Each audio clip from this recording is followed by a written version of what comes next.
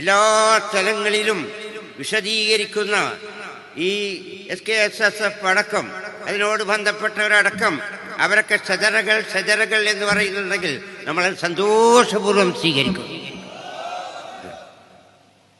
അങ്ങനെ തന്നെ പറയേണ്ടതെന്നാണ് നമ്മളൊക്കെ അഭിപ്രായം. ഷജറകൾ തന്നെ നമ്മളെ പറയേണ്ടത്. അങ്ങനെയാണ് നമ്മളെ. എന്തുകൊണ്ട്?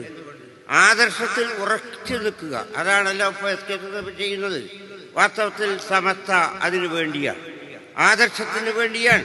ഈ ആദർശത്തെ ഉറപ്പിച്ചു നിർത്താൻ വേണ്ടിയാണ്. സമസ്തയുടെ ആദർശമാണ് SKSSFന്റെ ആദർശം.